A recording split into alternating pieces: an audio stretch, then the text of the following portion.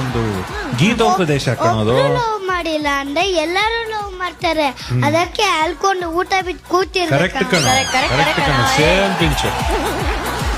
ಅದಕ್ಕೆ ನಾನು ಹೇಳಿದ್ದು ಫಸ್ಟ್ ಊಟ ಆಮೇಲೆ ಹಾಡು ಅವೆಲ್ಲ. ಅದೆಲ್ಲ ನೆಕ್ಸ್ಟ್. ದಯವಿಟ್ಟು ಫಸ್ಟ್ ಊಟ.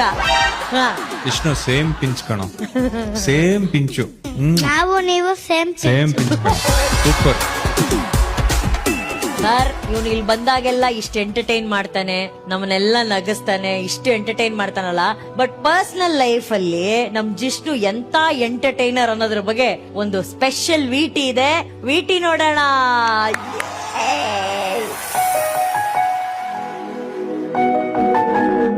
ಜಿಷ್ಣು ಹುಟ್ಟಿದ್ದು 2020 ಜೂನ್ 9th. ಅವ್ನು ಹುಟ್ಟಿದ್ದೆ ಸಂಕಷ್ಟಹರ ಚತುರ್ಥಿ ದಿವಸ. So may be it is like ನಮ್ಮ ಸಂಕಷ್ಟಗಳೆಲ್ಲ ಪರಿಹಾರಕ್ಕೆ ಅಂತಾನೆ ಹುಟ್ಟಿರೋ ಜಿಷ್ಣು ಅಂತ.